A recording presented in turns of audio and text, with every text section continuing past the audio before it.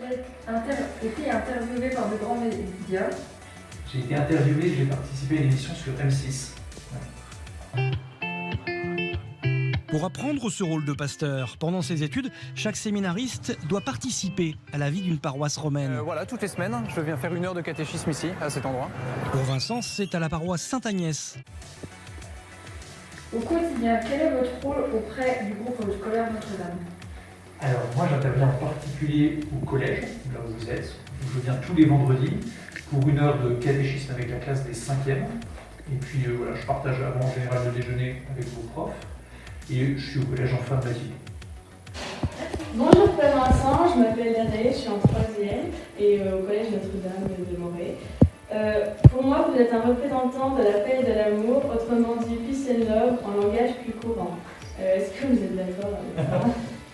Et on essaie d'être des témoins, j'aime bien ce terme de témoins de l'amour voilà, et de la paix, mais on le fait comme prêtre, on le fait au nom d'une source, c'est-à-dire on croit que cet amour et cette paix qu'on essaie de diffuser, de laquelle on essaie de vivre, on croit qu'en fait on peut venir recharger nos batteries auprès de celui qui la donne en plénitude.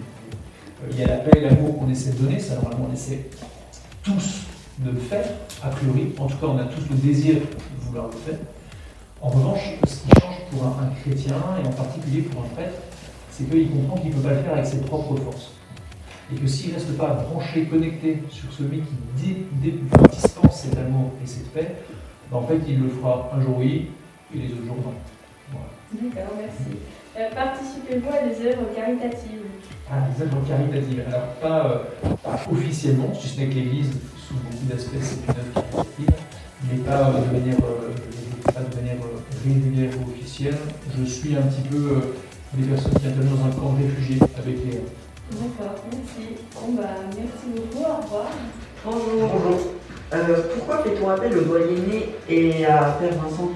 Alors, on fait appel aux doyennés et aux prêtres qui y sont pour beaucoup de raisons, très variées. Il y a autant de demandes que de personnes, donc c'est vraiment très différent. Il y a les demandes habituelles, et puis il y a les demandes un petit peu extraordinaires. Les demandes habituelles, c'est tout ce qui a trait à la vie un peu normale de l'Église, ça veut dire les demandes de sacrement, les gens qui veulent baptiser un enfant, ou alors être baptisé en étant adulte, les gens qui demandent la confirmation, les gens qui veulent se marier, voilà, toutes ces choses-là. Il y a des célébrations qu'il faut préparer, des parcours aussi qui se font. Donc là, on prépare les gens qui viennent demander ça aux doyennés et particulièrement aux prêtres. Et puis, on accompagne aussi les gens dans les familles, dans le deuil. Voilà. Ça, c'est pour les enterrements. Voilà. Là aussi, on essaie de rencontrer les familles. On a des équipes aussi de laïcs, donc des personnes qui ne sont pas prêtres, qui font partie de la communauté, qui accompagnent ces familles-là. Et puis, lorsqu'elles le souhaitent, le prêtre vient aussi pour la célébration des obsèques.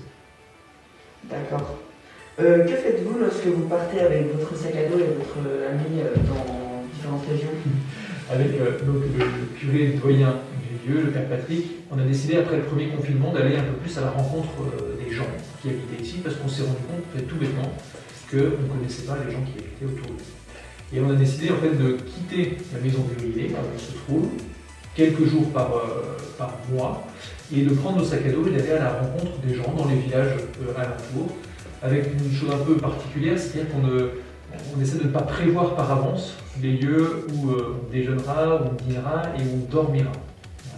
On essaie d'aller un petit peu à l'inconnu. Alors il y a certains soirs où on est quand même obligé de prévoir les lieux où on arrive, et d'autres soirs en revanche où en fait on sonne, on se présente et on demande si les gens seraient éventuellement disposés à nous accueillir. Le but étant de faire connaissance avec les personnes. D'accord. Et où sommes-nous dans cette salle exactement? Alors ici, on est dans la salle d'accueil de la maison du doyenné. Vous voyez, ça ressemble un petit peu à un bar. C'est une sorte de bar, voilà, en libre service. C'est-à-dire que les gens qui veulent venir ici pour se reposer, pour discuter, pour boire un café, un thé, quelque chose, ils peuvent venir comme ils veulent. La salle est ouverte toute la journée, tous les jours de la semaine. Voilà. On a souvent, par exemple, des parents de l'école qui est de l'autre côté de l'église qui viennent le matin et le soir, quand ils vont chercher leurs enfants. Ils se retrouvent ici pour discuter, échanger, plutôt que d'attendre au froid ou tout seul dans leur voiture.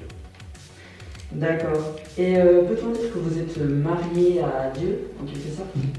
Alors oui et non. Oui, dans le sens où j'ai consacré ma vie à Dieu pour répondre à son appel, donc je suis lié vraiment à lui. Et non, parce que c'est pas tout à fait comme un mariage, tout simplement parce que Dieu il n'est pas en chair et en os devant moi, donc ça change quand même deux, trois choses très concrètes. Donc c'est un petit peu différent, mais en même temps, il y a cette même notion de donner sa vie, donner son cœur à Dieu en particulier. D'accord. Merci beaucoup. Bonne fin de journée. Quels ont été les moments les plus compliqués? Des moments les plus compliqués pendant le temps de formation du séminaire. Moi, j'ai beaucoup aimé ce temps du séminaire. Peut-être que le plus compliqué, ça a été, comme j'étais envoyé dans d'autres pays, ça a été d'être un petit peu loin du Jura, en fait, loin des personnes que je connaissais, d'arriver dans des endroits inconnus. Je me rappelle très bien quand je suis arrivé en Italie, la première semaine où je suis arrivé là-bas, évidemment, je ne connaissais personne. Je ne connaissais pas la langue non plus, je ne parlais pas un mot d'italien. Et là, je me suis dit, ça va être très long, et qu'est-ce que je fais ici? Mais après, en s'accrochant, en fait, ça a été dans les plus belles années de ma vie. Voilà, tout simplement parce que l'effort de se dire, soit je passe tout mon temps en me disant je serai mieux chez moi, soit je me dis, maintenant ce chez moi, il faut que ce soit là, et j'essaie de m'intégrer, de découvrir, de m'intéresser aux gens qui sont autour de moi.